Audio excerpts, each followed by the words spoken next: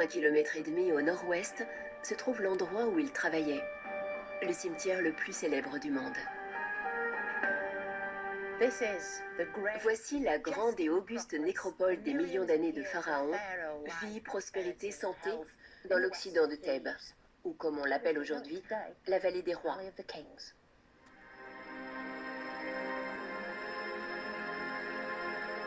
Pendant près de 500 ans, des hommes comme Ka ont bâti les tombeaux de certains des plus célèbres pharaons d'Égypte. Hatshepsut, Amenhotep III et Toutankhamon ont été enterrés ici. C'était une élite, le gratin des ouvriers et des architectes, le nec plus ultra de la culture égyptienne. Les artisans qui mettaient en œuvre les volontés du pharaon afin de nourrir son âme pour l'éternité. C'étaient presque des magiciens, opérant en secret dans ce paysage saisissant.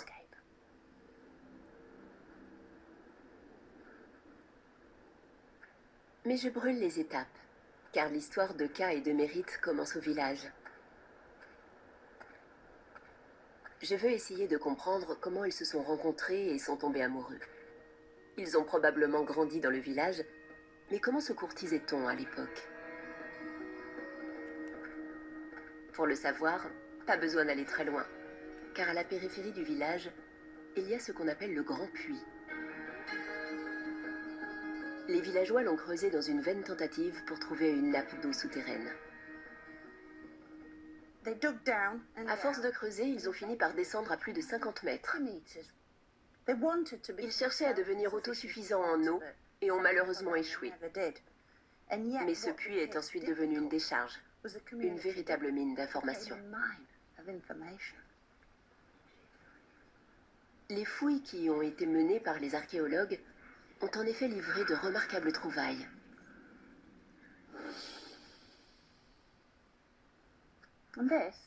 Voici ce qu'on a découvert ici. Des dizaines de milliers de tessons de poterie et d'éclats de pierre, dont certains portaient des dessins, mais aussi des textes qui racontent la vraie vie des villageois.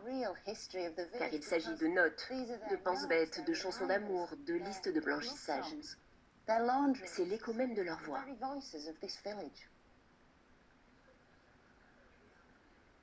Et certaines de ces voix parlent d'amour. Ta main est dans ma main, mon corps tremble de joie. Mon cœur est heureux car nous avons marché ensemble.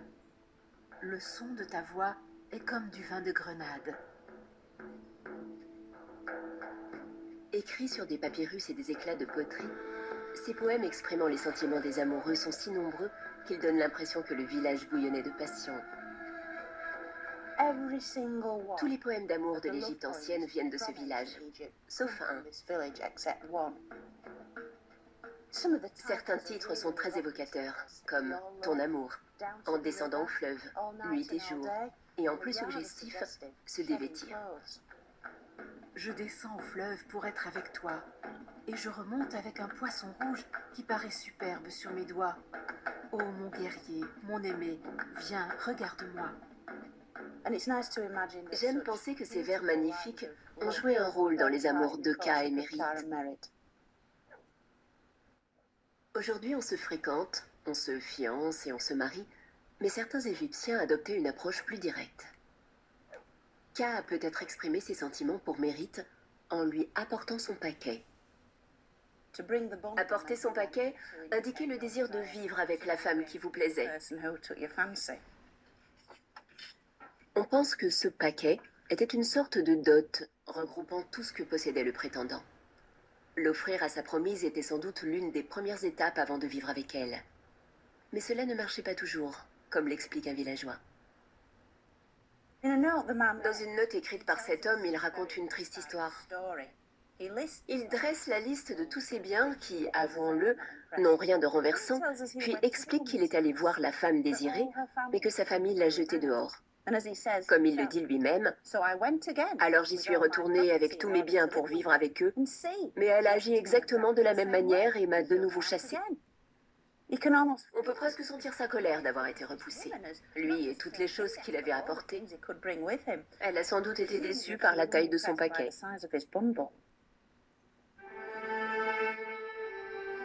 On peut supposer que Ka n'a pas eu à subir pareil affront, car les objets trouvés dans leur tombe laissent penser que Mérite et lui formaient un couple aimant et fidèle. Les scènes qui ornent ce coffret les montrent assis ensemble pour partager les offrandes destinées à les nourrir dans l'au-delà. Mais il existe d'autres preuves de leur attachement l'un pour l'autre.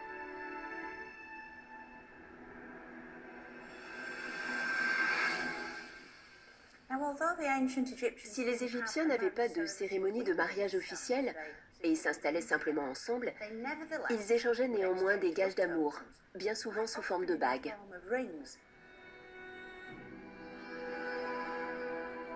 Celle-ci a été découverte sous le masque mortuaire de Mérite. Elle est si précieuse qu'elle n'est pas exposée avec le reste de la collection. Voici la bague qui se trouvait à l'intérieur du masque. C'est presque comme si quelqu'un l'avait ajoutée après coup. Elle y a été placée au moment même où Mérite a été enterré.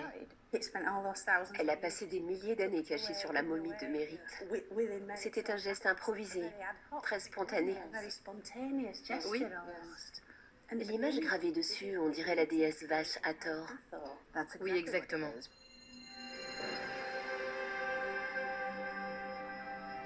La déesse Hathor était souvent représentée sous la forme d'une vache. Elle était considérée comme une figure maternelle universelle, pour les vivants comme pour les morts. Dans la vie, elle favorisait la fécondité et protégeait les femmes lors des accouchements. Dans la mort, elle assurait le passage vers l'au-delà. Ceci représente l'amour entre Ka et Mérite. Ce minuscule objet est peut-être le plus précieux de tous ceux que contenait leur tombeau. En tout cas pour moi. C'est merveilleux.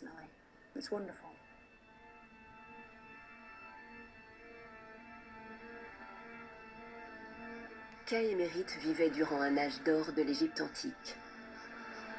Soutenu par les crues annuelles du Nil, l'État égyptien existait alors depuis près de 2 millénaires.